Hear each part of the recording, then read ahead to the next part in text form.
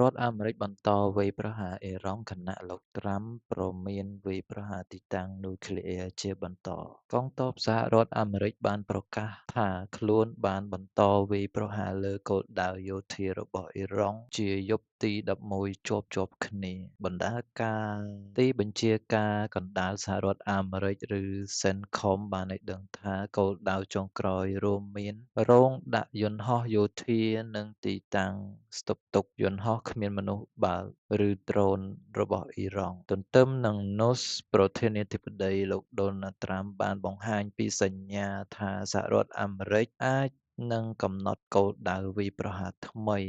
មួយនៅតំបន់ភ្នំ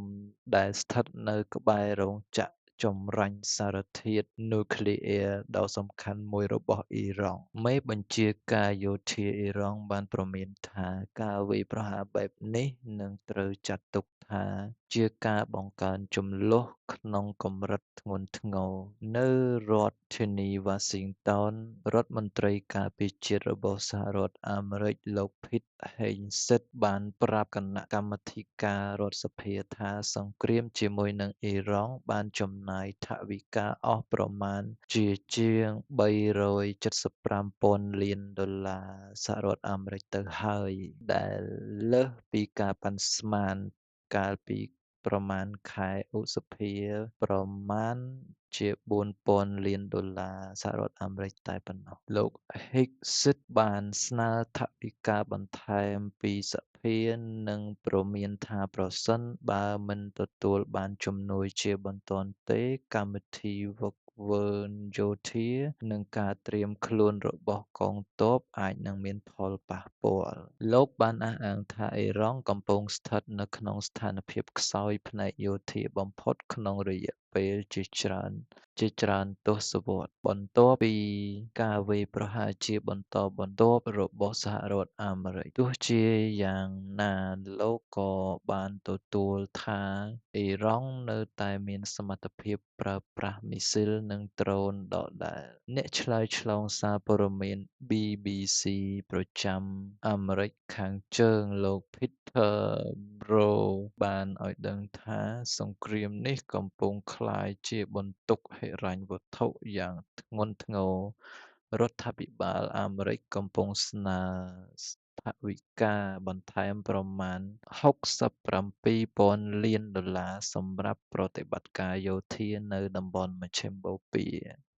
គណបក្សប្រជាធិបតេយ្យបានរិះគន់ការស្នើថវិកានេះ ខណៈសមាជិកជាច្រើនបានសួរថាសង្គ្រាមនេះនឹងបញ្ចប់នៅពេលណា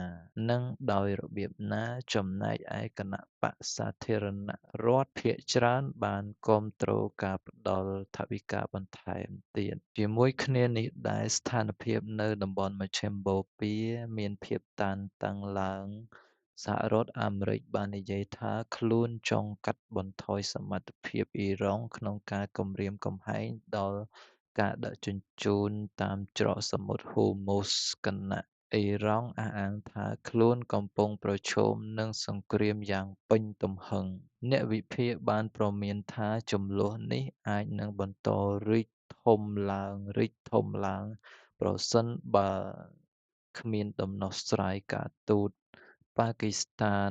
និងកាតាកំពុងព្យាយាមដើរតួនាទីជាអ្នកសម្របសម្រួលដើម្បីបន្ធូរបន្ថយភាពតានតឹងរវាងភាគីទាំងសងខាង ដោយឡែកនៅប្រទេសលីបង់ លោកប្រធានាធិបតីដូណាល់ត្រាំបានណែនាំឲ្យរដ្ឋបាលរបស់អនុញ្ញាតឲ្យក្រុមហ៊ុនអាកាសចរណ៍សហរដ្ឋអាមេរិកហោះហើរត្រង់ទៅកាន់លីបង់ជាលើកដំបូងក្នុងរយៈពេលជាង40ឆ្នាំ ការសម្រេចចិត្តនេះធ្វើឡើងបន្ទាប់ពីជំនួបរវាងលោកនិងប្រធានាធិបតីលីបង់ លោក Joseph Aoun នៅសេតវិមាន លោកត្រាំបានសន្យាថាសហរដ្ឋអាមេរិកនឹងជួយគាំទ្រលីបង់បន្ថែមទៀត ដោយហៅប្រទេសនេះថាជាប្រទេសដែលកំពុងរងការលំបាកអស់រយៈពេលជាយូរឆ្នាំណាស់មកហើយ